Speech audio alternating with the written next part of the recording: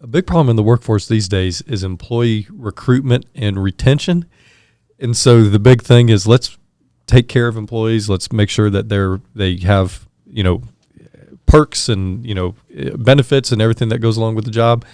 And he kind of seems like he was a pioneer of that. Like he was doing that That's 100 right. and how many years ago? Can you tell us a little bit more about how he took care of his employees and what he did for them? Yes, let me back up on what you just said, though. The parental company owners did take care of their employees to the basic level. In Rock Hill, they did that, and in all other places. But he took it farther in that rather than basic things, he had community houses, and others did to a certain extent. But like at the English Village, the community house was in the center of the English Village, and it was 2-story. And at both mills, he had a mill where the Cotton Factory Plaza is now, Chatham and White Street. And then he had one on what we call Red River, Cell River Road now. It was called Carhartt, South Carolina, when he was here. Carhartt Station and Carhartt, South Carolina. And people in the area felt that Carhartt was going to be a town of its own. But in that community house, every Friday night he had a social so that the employees bonded socially as well as co-workers. And he had a swimming pool for the men and a swimming pool for the women at the one at the Cotton Factory Plaza downtown. And at the one at Red River, he had a 40 by 80 swimming pool. He had a medical service on the site all the time, and they went around and checked on the children. He didn't employ children. Back in the early days, children were employed. They wanted to employ a family, not just a male worker, because the family could come in and the young boys and girls would be credited to the male worker, and he would draw all of their salary. But Hamilton Carhartt did not employ that. He started his business, and this is one of his values. I start my business on an 8-hour daylight schedule on union wages.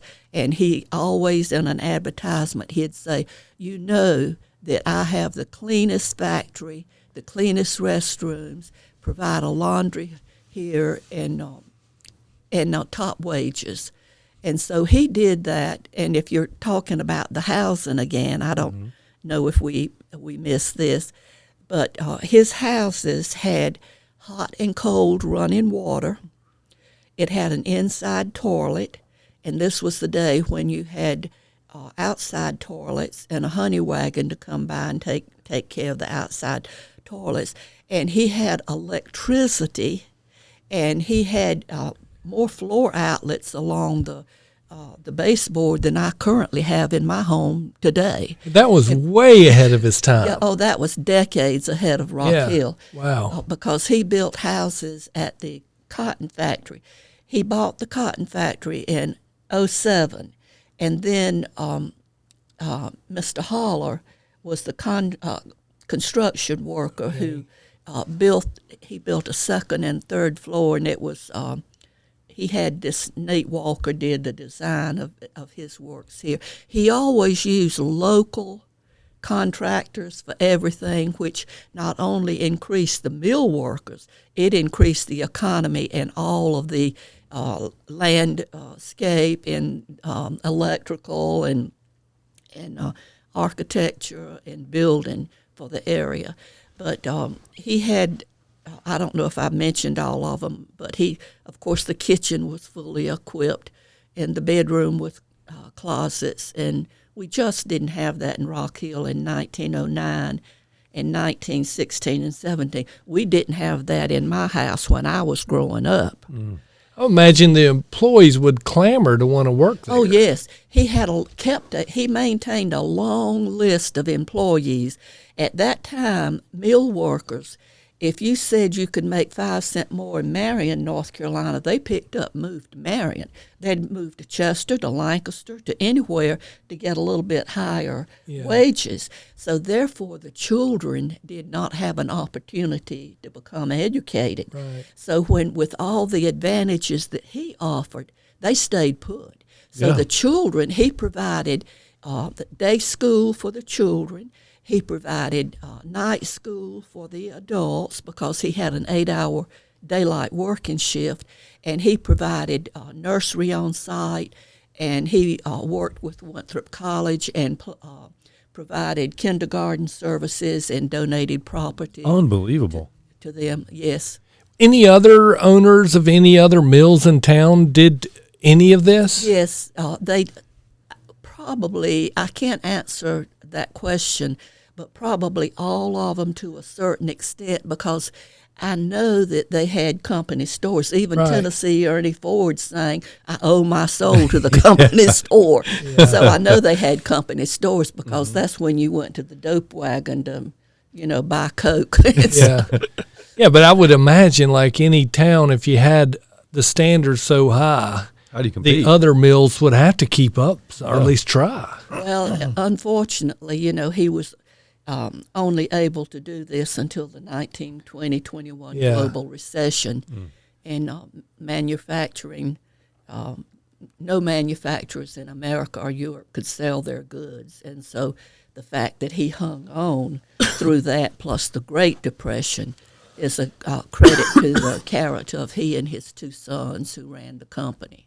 So he had to sell or whatever, Yes, he Rock did. Hill? Charlie Cobb handled that for him here in Rock Hill. He sold both of his mills, and Charlie Cobb sold one of them in Georgia. He held on to 3 of his mills, and then they went through the Great Depression, and Mr. Cobb sold his plantation to the Well Farm Company, and they managed, with saving those 3 companies, they pulled back to the world's top producer of heavy-duty workwear. But they did that because of his values, and his great-grandson says today, he's quoted as saying, "Let's remember the values of our founder, that we respect the workers and we live by his core values." How wonderful. And that's probably why the company has had such longevity. Yes. Is retaining those core values. Still family operated. Yeah. And still family managed and owned. One of the few in America. And that makes you think, because they're not a stock company, publicly traded, and it's all about the stockholder, the family is keeping Hamilton Carhartt's values alive. Yeah, they don't have to think about, next quarterly reports and all the things that a public company has to worry about.